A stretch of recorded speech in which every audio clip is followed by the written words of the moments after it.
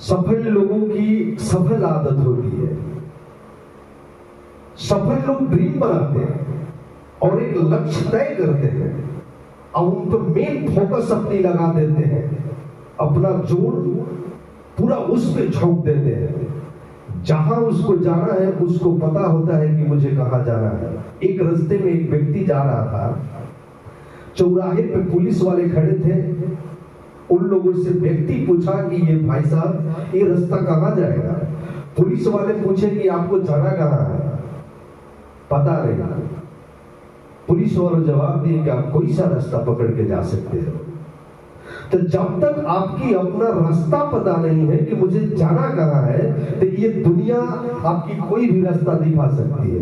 तो सबसे पहले आपको पता होना चाहिए कि मुझे जाना कहां है। पहले इस पे थॉट करना है कि मुझे जाना कहां है। एक छोटी सी हम कहानी आपको सुनाते हैं। एक लड़की प्रेम में दीवानी थी। एक लड़की एक लड़का से प्रेम करती थी और वो एक अचानक उसको कॉल आता है। अचानक उसको कॉल आया और वो लड़का बोला कि तुम यहाँ आ जाओ, मैं यहाँ खड़ा हूँ, अब मुझसे मिलने आ जाओ। वो लड़की अपने घर से अपने मन में एक श्रृंगार उत्पन्न किया और अपने मन को ऐसा सोचा कि आज बहुत दिन बाद वो मिलने के लिए बुला रहे हैं। उनके मन में इतना ललसा हुआ, इतना उमंग हुआ कि अपने घर से विदा निकल के भागी जा रही है। आज मेरी प्रेमी मिलेगा, आज मेरी प्रेमी मिलेगा, मैं उससे मिलूंगी, मैं उससे बात करूंगी, मैं उसे बैठाऊंगी, मैं उसे अपनी नाना प्रकार की अपनी अंदर की जितनी भी बातें थी वो अपने मन में सोची जा रही है और रास्ते में निकल गई, भागी जा रही है उससे मिलने के लिए। सिर्फ दुनिया की कोई चीज उसे नहीं दिख रहा है, सिर्फ प्रेमी दिख रहा है कि मेरा प्रेमी मिलेगा। और उस सोच में वो घर से निकल गई।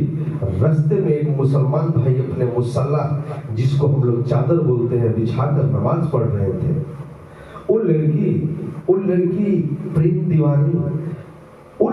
प्रेम दीवानी, उसको ये समझ में नहीं आ रहा है कि क्या चीज कहाँ है। और वो लड़की उस मुसल्ले पर पैर रख कर और चली जा रही है। मुसलमान भाई जब इसको देखा कि लड़की हमारे मुसल्ले पर पैर रख दी और आगे निकल गई, मुसलमान भाई के मन में क्रोध आया कि बेवकूफ लड़की, इसको थोड़ा सा भी ध्यान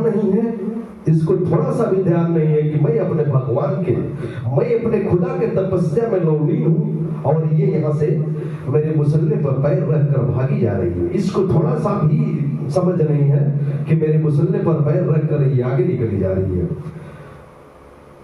अपने मन में सोच रहे हैं, क्रोध में एकदम पागल हो रहे हैं। वो लड़की कुछ देर बाद अपने प्रेमी से मिलकर और मुस्कुराते हुए वापस लौट कर आ रही है। जब मुस्कुराते हुए वो लौट कर वापस आई तब मुसलमान भाई के नजर पड़ा उस लड़की पे।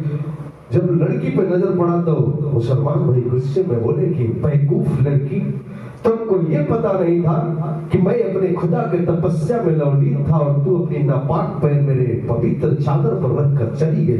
तुमको थोड़ा सा भी ख्याल नहीं था कि अपना पैर मेरे पवित्र चादर पर रख दी। लड़की भाई साहब डर गई, सिमट गई, वो थरथराने लगी और कहने लगी कि भाई साहब मुझे माफ कर दीजिए, मुझसे भूल हो गई, मुझसे पाप हो गई। जो मैंने अपना नापाक पैर आपके पवित्र चादर पे रखा, आपके साथ मैंने गलत किया, आपके खुदा के साथ मैंने गलत किया, इसके लिए मैं क्षमा चाहती हूँ। मेरे मन में एक प्रश्न चल रहा है। मुसलमान भाई बोले कि अब तेरे मन में क्या प्रश्न चल रहा है? मेरे मन में प्रश्न चल रहा है कि इस संसार का बनाया हुआ संसारिक प्रेम में मैं पागल थी और मैं अपने प्रेमी से मिलने के लिए इतना बेताब थी कि मुझे ये पता नहीं था कि रास्ते में चादर है या कांटा है। अब मैं भागी जा रही थी। इस संसार की बनाई हुई प्रेम में मैं इतनी दीवानी थी कि मुझे पता नहीं चला भाई साहब कि आपका चादर कहाँ है। लेकिन इस संसार के बनाने वाले के बारे में आप तपस्या कर रहे थे, तो आपको कैसे पता चला कि मेरा पैर आपके चादर में पड़ा? ऐसी ड्रीम होनी चाहिए कि जिसके बारे में हम सोच रहे तो मुझे ये पता नहीं है कि दूसरा कोई चीज दिखना नहीं चाहिए, मेरी फोकस बस उसी चीज पर रहना चाहिए जिस चीज पे हमारी मेरी फोकस चल रही है। सिर्फ मेरी सोच वो होना चाहिए कि जो हम कर रहे हैं उसे करें।